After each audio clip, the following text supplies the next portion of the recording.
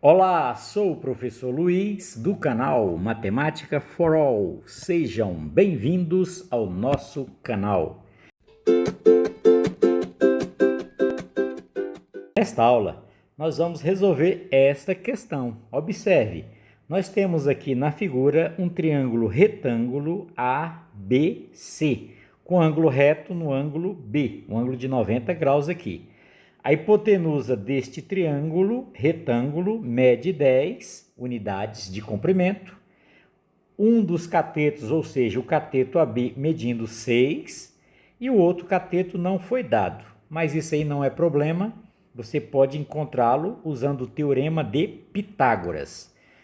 Ele quer saber qual é a medida do segmento AD, esse segmento que está de cor vermelha. Esse segmento foi chamado de bissetriz. E o que é a bissetriz? A bissetriz vai dividir o ângulo A em dois ângulos congruentes, tá? Por exemplo, se o ângulo A, só um exemplo, se o ângulo A for 30 graus, aí nós dividimos ele em dois ângulos de 15 graus, ok? O que nós queremos calcular é esse segmento AD, que é a bissetriz. Então vamos à resolução.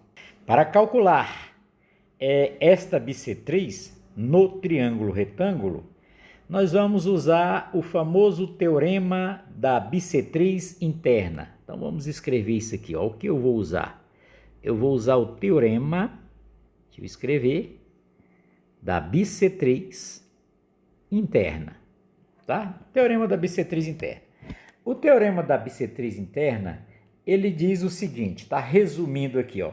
Se você tem aqui, eu tenho o cateto 6 e tem a projeção desse cateto sobre o lado BC, sobre o outro cateto, que eu vou chamar de M. Então, este pedacinho aqui, ó, este pedacinho aqui é a projeção do cateto 6 sobre o outro cateto. E o outro pedacinho que nós vamos colocar de cor azul é a projeção da hipotenusa, sobre o cateto BC. Então, o teorema da bissetriz interna, ele diz exatamente isso, ó. No nosso caso aqui, ó. Nesse caso específico, tá? Do triângulo retângulo. Então, é esta projeção do cateto 6 sobre o outro cateto, chamei de M, e a projeção da hipotenusa sobre o cateto BC, eu vou chamar de N. Então, esses dois pedacinhos aqui, ó, um que eu marquei de vermelho é a projeção do cateto 6 e o N é a projeção da hipotenusa. Então, teorema da bissetriz interna no caso do triângulo retângulo, tá certo? Aí diz o seguinte, ó, diz que esta projeção está para o cateto 6, assim como a outra projeção está para a hipotenusa 10. É isso que diz o teorema da bissetriz interna. Especificamente no caso do triângulo retângulo, tá? Então, M está para 6, aí eu vou escrever, ó. Essa razão de M para 6 é a mesma de que a razão de N para 10, ou seja, a razão da projeção para o cateto tem o mesmo valor da razão da outra projeção para a hipotenusa. Em outras palavras, aqui nós podemos trocar aí. Nós sabemos que produto dos meios é igual ao produto dos extremos, então posso escrever assim, ó. M está para N, assim como 6 está para 10. Então, observar aí que nós trocamos de lugar esses dois aqui, ó. O 6 foi lá para o lugar de N e o N foi para o lugar de 6. Eu inverti isso aqui, ó. Já que o produto dos meios é igual ao produto dos extremos, então não vai alterar. Então, aí seria 10 vezes M igual a 6 vezes N. Não importa se eu trocar os dois de posição, isso é uma propriedade. Propriedade das proporções. Então, aqui vai ser mais agradável para mim, tá? Então, observe esta proporção. Aí é uma proporção. Aí é o seguinte, eu vou usar uma outra propriedade das proporções, que diz o seguinte, ó. Se eu somar o numerador, que é m, com o denominador desta projeção, então, esta soma, m mais n, vai estar para o numerador, que é m. Aí eu vou fazer a mesma coisa com essa outra fração, ó. Eu vou somar, aqui eu não somei o numerador com o denominador, m mais n, aqui eu vou fazer a mesma coisa. Eu vou somar 6 com 10. Eu vou somar 6 com 10 e vou dizer que que está para o numerador lá de cima. Então, eu somo o numerador com o denominador, está para o numerador, assim como na outra fração, a mesma regrinha, tá? Eu somo numerador com denominador e divido pelo numerador. Ok? Então, vamos lá. O que nós temos aqui? Nós temos que esta soma, m mais n, ou seja, esse m mais n aí, na realidade, se vocês perceberam, é o outro cateto do triângulo retângulo ABC. Ele me deu a hipotenusa, ele me deu um dos catetos. Se eu aplicar, que não vai ser o caso, tá? Se eu aplicar o teorema de Pitágoras, eu vou encontrar esse lado aí BC, tá? Eu vou encontrar essa soma. Mas eu vou mostrar para vocês que não é necessário, tá? A matemática é muito bacana. Não é necessário. Só é necessário fazer observações. Observe aí, ó.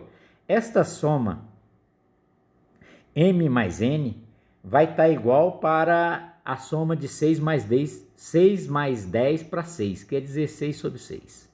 E aqui eu vou simplificar. É lógico que eu sou esperto, eu vou simplificar, preste atenção. 16 dá por 2 e 6 dá por 2. Então, vai ficar 8 para 3. Olha só a malandragem aí, ó. Então, nós temos o seguinte, ó. Esta soma, m mais n, eu posso concluir isso aqui com certeza, sem medo nenhum, ó.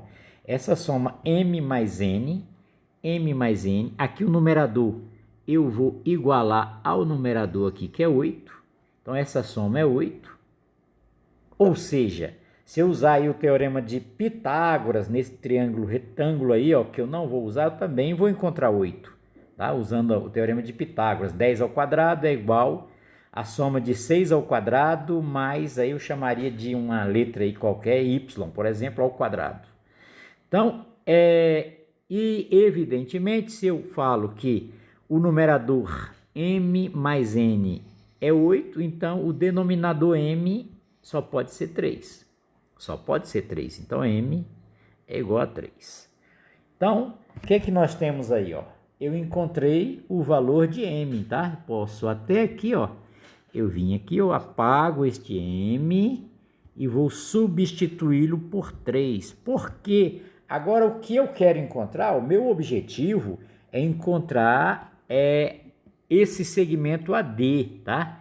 E esse segmento AD, ele passa a ser a hipotenusa desse triângulo aqui, ó, do triângulo ABD.